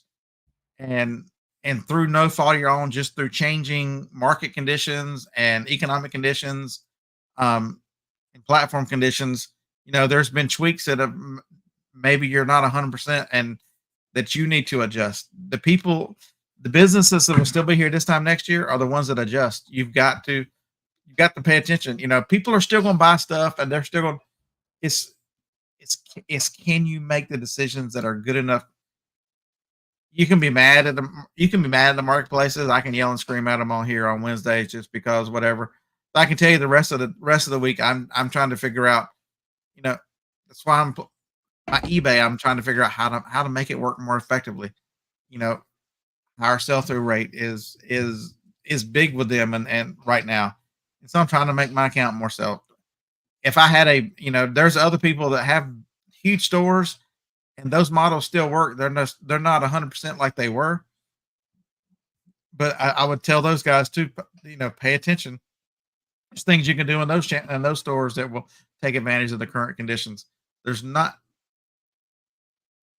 doing nothing is tomorrow you're one step farther behind. Oh, absolutely. Thank you, Mr. Biden. And sometimes you have to let go of small profits to make more big profits. And we struggle with that because we like to do a certain type of thing. There was a guy that just passed away recently. He sold T-shirts. He would not, he was adamant that eBay was the only place he was going to sell. And he didn't change. He did not change. And all he did was complain when, if he would have taken half the time he spent complaining and applied it to finding a software where he could list his products from eBay to Etsy, and if he would have picked up just 10% of his sales, it's a replacement of lost income. Well, look at the change in just the T-shirt market in general to the on-demand printing of T-shirts and customization of T-shirts, and that market has so completely changed over the last 24 months. I know a guy that used to buy books by the tractor trailer load. He sold Harry Potter. He ordered 3 truckloads of Harry Potter. Have fun on your walk. He bought 3 truckloads of Harry Potter when it came out to sell. So, does he sell books now? Yeah, he sells books because he's got frickin' a warehouse full of books that he's trying to deplete, and he's been putting them in the dumpster. Is this somebody I know too? I think I know who you're talking about. In Florida. Yeah. The problem is you can't compete with, because there's now machines that will run books through and list. They will list them. They will scan them and list them on eBay or Amazon without having human interaction. Yep. There's a program that I get an advertisement for. I can't think what the name of it is, but it does that for sports cards. You scan them in, it automatically knows what the card is. It makes it super easy. So if you're in that market and you're up against those guys, if you're selling low end sports cards, that's what it's mainly for. Yeah, it's going to be a tough market to crack because of that. Same with books and any other thing that uses an automated system anymore. So I was in the name of that. I should have done this show from the recliner. I should have drugged the recliner over here and just laid in the recliner and did this show.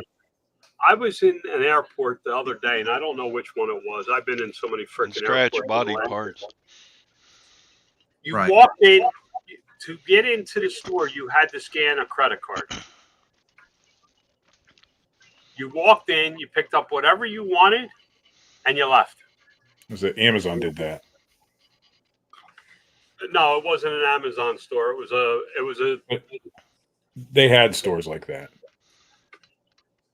Well, you're gonna find these types of things more and more in the future. So John, so Mapco was our big gas station in town, and Circle K bought them out. But they bought 138 stores, happened to be this whole market. And so as Circle K has come in and taken the stores, they've got these beside the red shirt. These 2 look like lights, and you set whatever your stuff on there. It scans the thing and rings it up. You put your card, and there's the lady or the gentleman, whoever's working there, is just sitting there watching as the machine.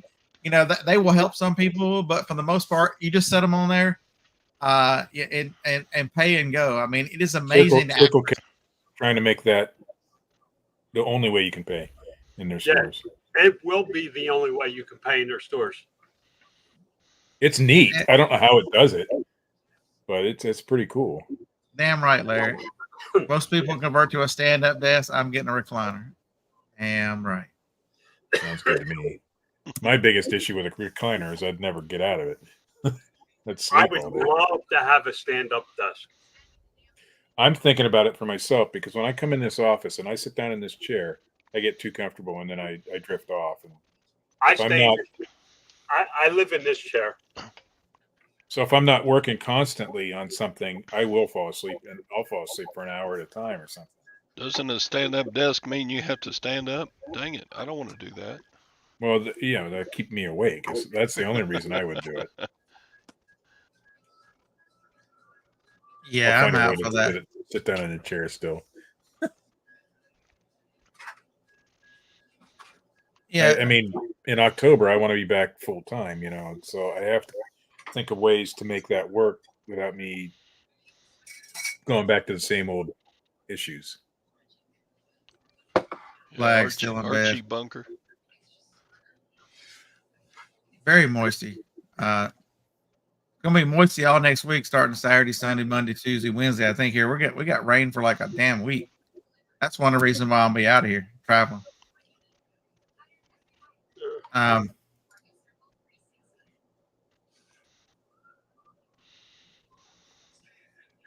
Mark, we've seen that couch is ruining you. You're way too comfortable on your couch, even with a camera turned on. Paul, what's up, man?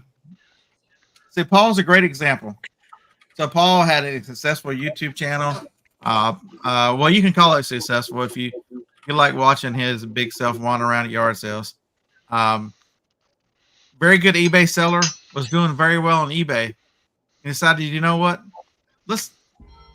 What about Whatnot? What's this Whatnot? And now he's changed his entire business model and sells through Whatnot.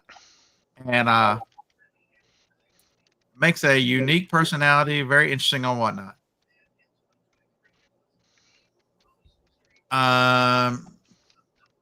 So Mark, yes, I do use third-party labels. I've always used them on my dymo.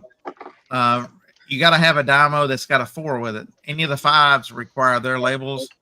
You've got to buy for the dymo because it's got to have that little rectangle in the corner, so because the light when it measures what the label.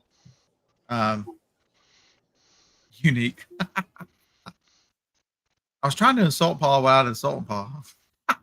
I've never bought dymo labels for my dymo. I've always bought third party. But he's a great example of completely changing your business. Yeah, I've had no problems with my 4XL. I've been using the 4XL since 2015 with generic labels, no issues. I buy House of Labels labels. Yep, that's what I buy on Amazon. They're always good, and I never have any issues, so I buy them lots. I know, right, Paul? But I think he's a great example to study and great example to see. You can change and take it and adapt and take advantage of different markets. You don't have to sit still and complain about sales on whatever platform when there's other options out there, and you have. But he also lives in Florida with yard sales, 52 weeks a year, or for the most part, probably 40, 45, 46 when you take out holidays. But he's got constant access to flea markets. The weather, if you live in Wisconsin or trying to depend on the same thing he's buying, it's going to be tough because of snow. Yep, $22 for the wrenches at the auction. That one's $35. That one's $35. That one's what brand $35. are they? They are Mac and Snap-on. Mm. That one's $30. 35, 20. Yeah, you'd never get that for that price here. When we go to auctions and there's tools, the tool guys show up and they pay. Same with guns and collectibles, and there's a few things that they don't know. Paper, they don't know. Paid 22, and I'm going to net 120. Nice. 140. But I like going to tool auctions around here when there's other stuff besides tools, because all the guys are interested in the tools and I can get the other stuff cheap. It's how bad do you want to continue doing this? I don't think people don't compete enough. They don't understand this is competition. There is, but it sold last week. Why can't I keep selling it? it could be as simple as there's a paint out there that I know of that went out of stock and came back, but when it came back in stock, there's one color they can't make because it needs a certain chemical to make the color they can't get right now. That can is worth $85 a can. All the rest of them sell for like $15. That company, knowledge in this game is a lot of power. People will know that knowledge, but they won't understand, the best things to list, the best places to list. They think the knowledge in reselling is only about the product, and this is a complicated game. It's not nearly as easy as it used to be, and it's becoming a thinking man's game. It's becoming an individual that can evaluate effectively the current market climate and the current opportunities and take advantage of what they do very well.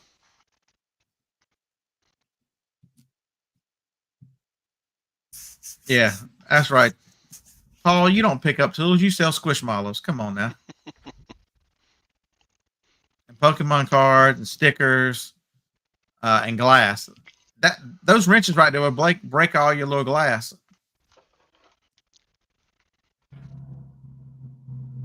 Then what would you do? Maybe he doesn't want to resell them. Maybe he just wants to keep them for his own collection. The other thing is, as humans, we're lazy. Chris, that's funny. We don't want to change because we're used to doing things a certain way. Hey, Todd, here's a message. I think it was funny. Did you ever check Instagram? What's Instagram? There you go. I think I did, but I can't remember what it was. What'd you send me? Yeah, if he says if you break glass, it becomes multiple. You can sell it as a craft lot at that point. Right. But markets and people don't underestimate the saturation of a market. That is something that we don't talk about enough. And sometimes markets never recover. Other times they do. The study of the Polaroid camera is a good one online for the Polaroid camera. It went from really good. Everybody looked for them. It dried up. So now it's back good again. It's better now, actually. Well, yeah, it's better than it was before. How many times have I walked into Walmart with you, Scott, picked something up off the shelf and said, this used to sell really well, then it died, and then scan it, and it's selling well again. It sells again, yep. Because when we find something in RA and the sales get tanked, we think it's only for us that it got tanked, and it's never going to come back. So we never look at that item again. As far as Polaroids go, I sold 2 that I found when I was on vacation. One for $2 and one for $5. And I got around $35 a piece for those on eBay. Hey, Retrospect bought one and somebody else bought another. I think Polaroid's actually making film for them again, and that's why they're becoming popular again. I bought one for $2 I'd never seen before. That's a good one there. That is a really good one. That's custom. That's vinyl wrapped. No, it's not. Is that a Barbie one? I don't know. You tell me. Yep, Barbie one. Those are good, especially with the movie. I'd be listing that today. I would have listed it the moment I got home. He won't. He's keeping it for his Barbie collection. I have not seen the Barbie one. So, yeah. I think there's a Taz one out there. There's a few different special ones. The business models do really well, but just your plain old 600s do $35 right now, shipped. That looks like the 80s. It probably was the 80s, but that's a 6. Those are probably from the early 90s, but yeah. Yeah, I'd never seen that one before. I picked it up the other day, a couple weeks ago. How much you give for it? Oh, nice. I've been looking for one for years. Any of the special models. I've got a yellow one right here somewhere, the contractor one. Yeah, the contractor ones do really well. I think I sold the last contractor one. I think I sold for $54. I want to say. Yeah, I think that was worth about 69. I think somewhere 68, One 69. one I had State Farm logo on it. So, because they used it for taking pictures of cars when they were in accidents. It was back in the day before digital cameras. That was the quickest way to get photos. Oh yeah, my God. Folks do not live in a time where you to get photos. You didn't just erase them on your phone. You had to go to get them developed, and you take I've been on 24 I've been and on maybe like eBay. 5 are good. I've been on eBay so long that when I first started and you wanted to put pictures on eBay, you had to go get film developed because you couldn't afford a digital camera. Film developed, scan it in, and then that was your pictures. All right, I'll list it tonight. I'll list it today. We'll see if it sells by the Friday night show. I bet it will. It's a highly sought after one, especially right now. I mean, the movies, it's starting to wane off, but So I'm, still. I'm running around tomorrow, but I'll be here all day today and all day Friday. All right, I got to get out of here. I got to go get something done. Yeah, I got like 5 minutes left, and I'm gonna go I eat got a sandwich. strawberry to eat. cake. I got the one thing is you have to be flexible. You have to start looking at how am I going to do this going forward, because I think the first thing you have to be willing to do is give up some of your profit margin, which means to maintain the same level of income, you got to increase your volume. And how do you go about doing that? What's that going to look like? And if you're not going to give up your profit margin, what products do you need to cut out of your normal sourcing? Because competition has gained so much strength that it's not worth you carrying anymore to maintain the profit margins you're looking for. Stop looking at total sales and start looking at money you put into the bank. I don't think we talk about it enough, John. So many people want to know what their sales are, and that what you made on it is an important number. It's not the sales. No.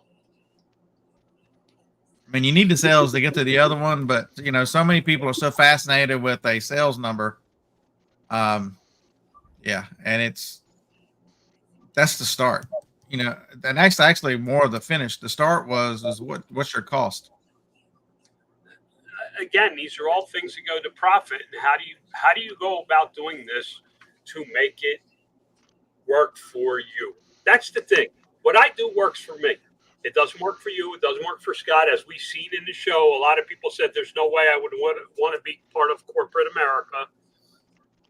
When I started this, all I wanted was corporate America because I know the guy at the top does nothing. And that's what I want. So, all right, guys, have a blessed one. I'm out of here. I got to go try and get something done. See you, John. I'll see you. I do almost nothing now. Yeah, I unfortunately have to do things. I mean, being at John's level is appealing in some ways, but when you go and see what it took him to get there, that's not appealing at all. So if y'all didn't check out Roman's show, the most awfulest show on Saturday night, Fart Hat Jack was on there. Oh, neat. It was to throw stuff at Mike was weird for a change. I actually think, and this is sort of an announcement, but it's not really, that I'm going to start doing YouTubes again. What? I need it. Yeah. No I think way. I can make a go of it. I think I can make I a gotta go. find my GoPro. That's an announcement. I gotta find my GoPro. I found mine, actually. I don't know where all the batteries are, but I found it. It's right here. The Hero 7. That's how long it's been since I've done anything. But it'll work. Yeah, but that was definitely I listened to. I didn't talk much in that, Mike. But I listened to the whole thing. At one point, y'all were like, we're not even talking resale, and I'm like, if y'all start talking resale, I'm turning this show off. Damn it. Roman's got a good show on Saturday nights, so check him I out. actually haven't. I haven't listened to one. Anytime picker. That's Roman. If you didn't know.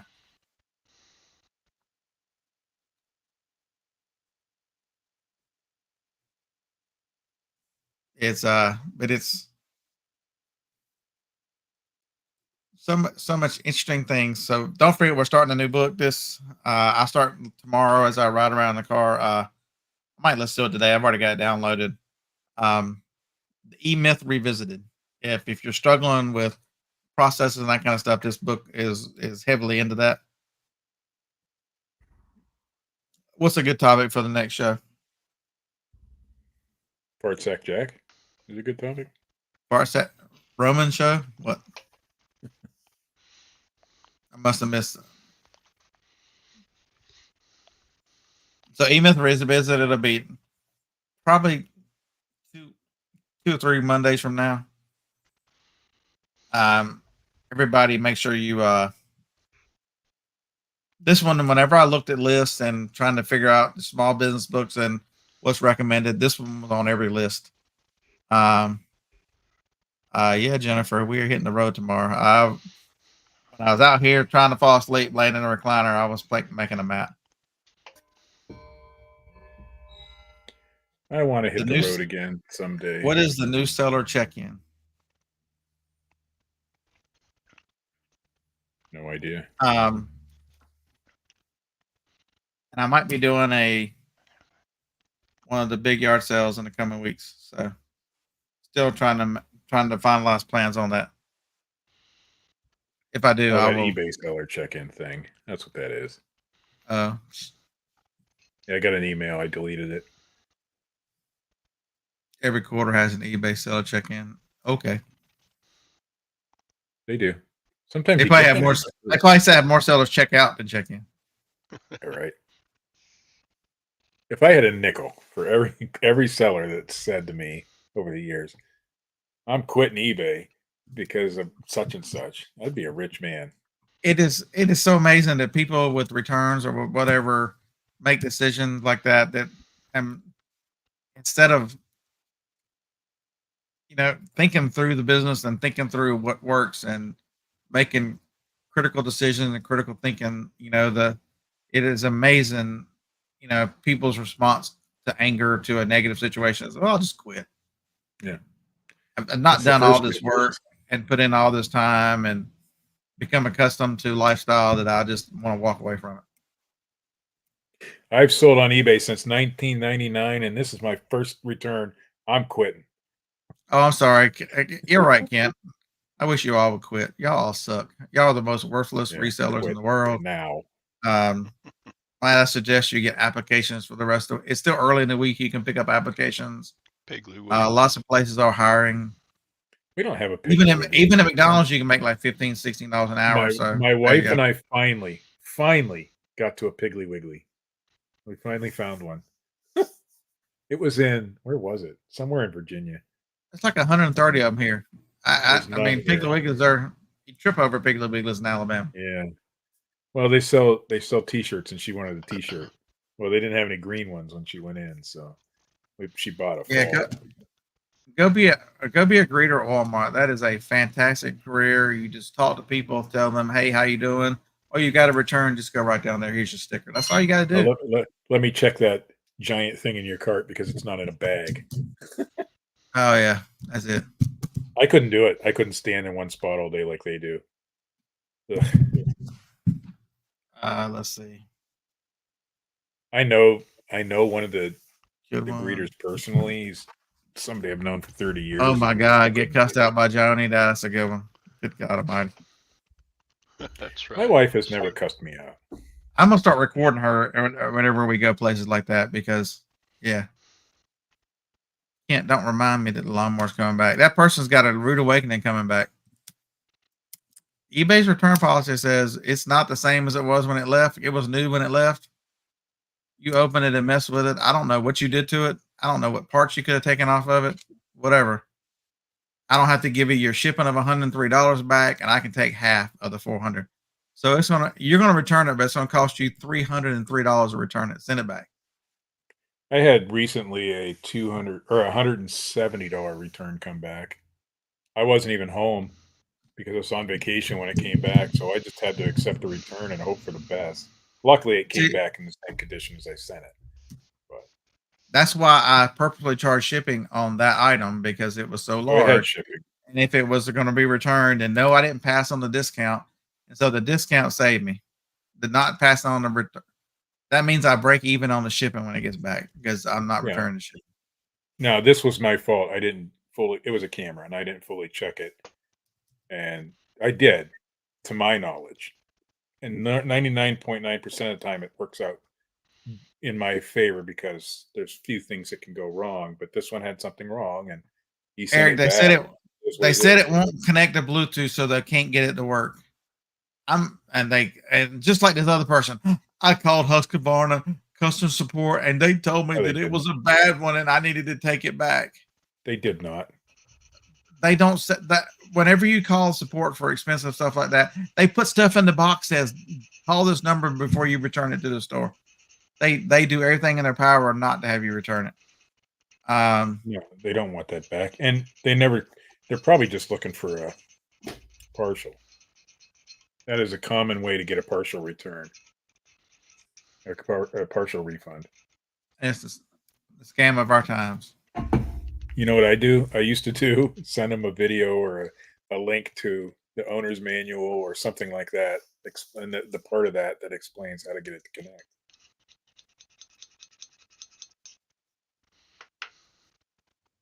I want a robot lawnmower. Right. Robot lawnmower. I need a robot death pile organizer. Ugh, don't we all? You should. I don't even resell hardly right now. I mean, I do. I've been listening, but you should see mine. I got a full room downstairs that most of it's probably not even sellable. I think so too, Ken. It definitely. I think it's a buyer's remorse. I don't. The problem is with electronics is I've sold so many routers which people couldn't figure out how to configure. I mean, it's just. And now we're making a lawnmower, and you're worried about the wrenches, and you got all that.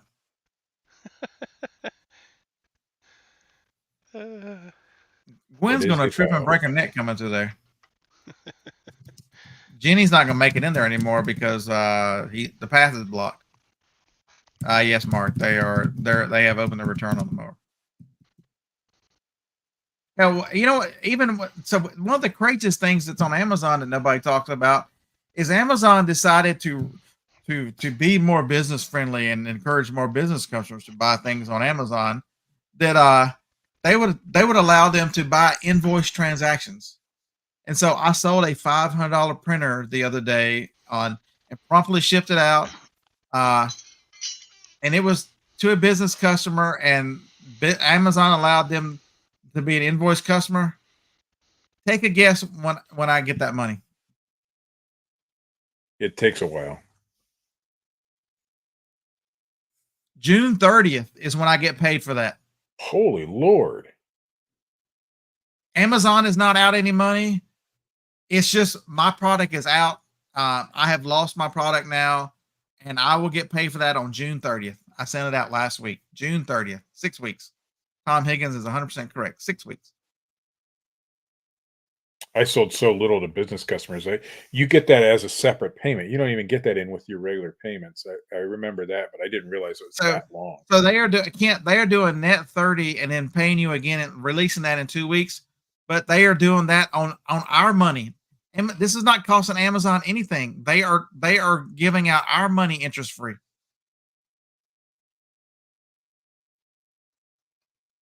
Nobody talks about it. Invoice transactions. Nobody. I watched that little thing that what's his name? Oh gosh, now I can't think. So get this. So I don't have a. So it'll immediately go to my. I had a $200 item or $140 item go today. It was released today. That I sold 6 weeks ago.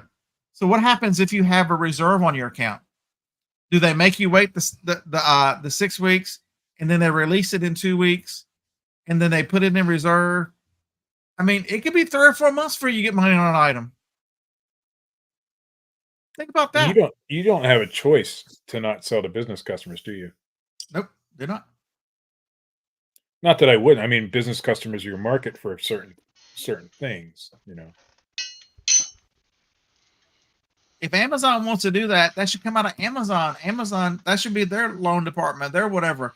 You know, they should pay but they should pay the seller and be done with it. But they are forcing me to finance these transactions.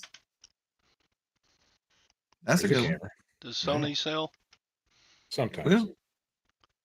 Alpha 300. Oh yeah, that one's probably north of $300. Nah. It's I only don't got know. I've never, 10.2 megapixels, yeah, it so don't it's matter. It'll sell. That don't matter. 150 bucks maybe. I sold a 12 megapixel little point and shoot. I forget what it was now. It wasn't Sony. Nikon for $165 the other day. So I mean, I've sold anything 10 and over. 12 and over is better, but sure as hell I'd look Yeah, it that up. is the bottom. That is the bottom of the line Alpha though. That is, he's right, 150. Still. But I've got probably $100 worth of lenses. If I had one more zero on it, you'd be in business. If it was an Alpha 3000, you'd really be in I business. love selling cameras. I love selling cameras. Even though every once in a while I get a return because there was something, especially the That phone little, camera. But that little Fuji camera I showed, it sold $150. It went to Hawaii. I have sold a Sony and a Nikon in the last few weeks for both north of 150. I And they're have just little point and shoot, so you know. I have started messaging Hawaiian customers that their package is going to take longer than expected They should already know that, but because in the last 2 months I've had two different Let's see if Hawaiian that camera. customers send in a request not received. Let me see if that camera has made it. the only time I had an issue with Hawaii way back in the 90s, I was selling patterns to make the reindeer on your front lawn out of plywood. Those things sold really well. I sold hundreds of those. And the ones that went to Hawaii never ever arrived. Ever. Of course, it was probably my fault because I didn't know any better back in those days, and I was shipping the media mail, and I shouldn't. I can't even find it. FUJI. So it was sold on the 24th. I haven't had any issues. So I just shipped that out Saturday. So I shipped it out. So I shipped it on the Saturday the 25th because I decided I wanted to get a head start. So I shipped instead of going to yard sales because it was raining and thunderstorm. I got up and shipped all my Thursday, Friday shipments, and so Saturday morning it's already in Honolulu. This is Wednesday morning. They got 340. What method did you use to ship it? Ground Advantage. I think. Wait a minute. Did I use Ground Advantage? Hold on. I've used Ground Advantage to Puerto Rico and it gets there quickly. So I have no issues using it. But there are occasions that sometimes it does happen or it's slower. How did I ship this thing?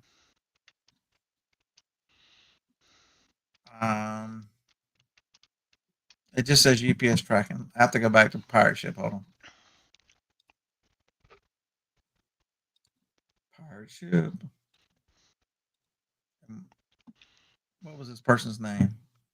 Again, this is a lot of trouble. I think a lot of the issues aren't where it's going, but where it's coming from. I know that there's that one postal place in Alabama that was having issues recently, and it was Birmingham and Mobile were having. Yeah, so it could be where it's coming out of more than where it's going to, because I don't have the issues to Alaska and Hawaii that other people do. Mine is there in about the same amount of time it takes to get to California usually. So I shipped the Ground Advantage, so it says it'll be delivered Saturday. So Saturday to Saturday, that's not bad. Or Alabama to Hawaii. You're already in Hawaii, so yeah. So chances are it'll be early.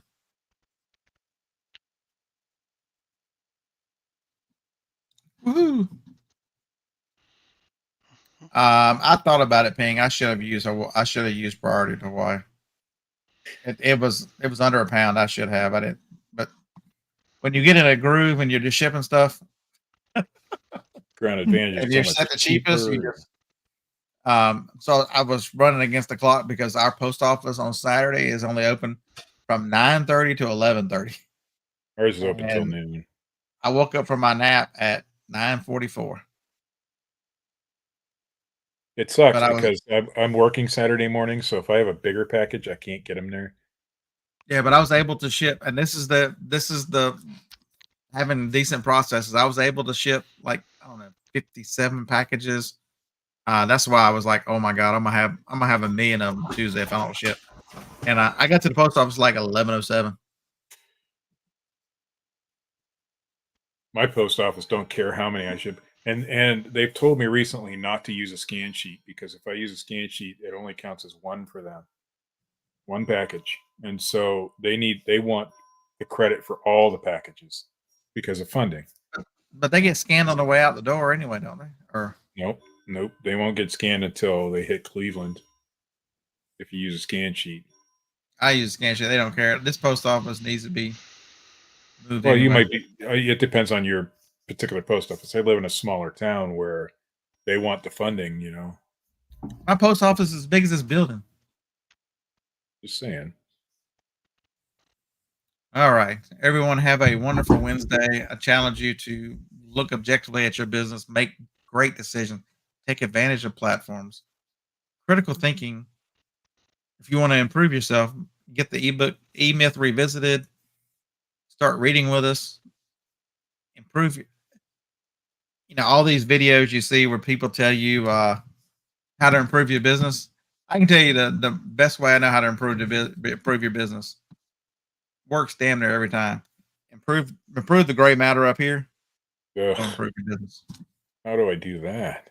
Roll Tide. Sweetwater out.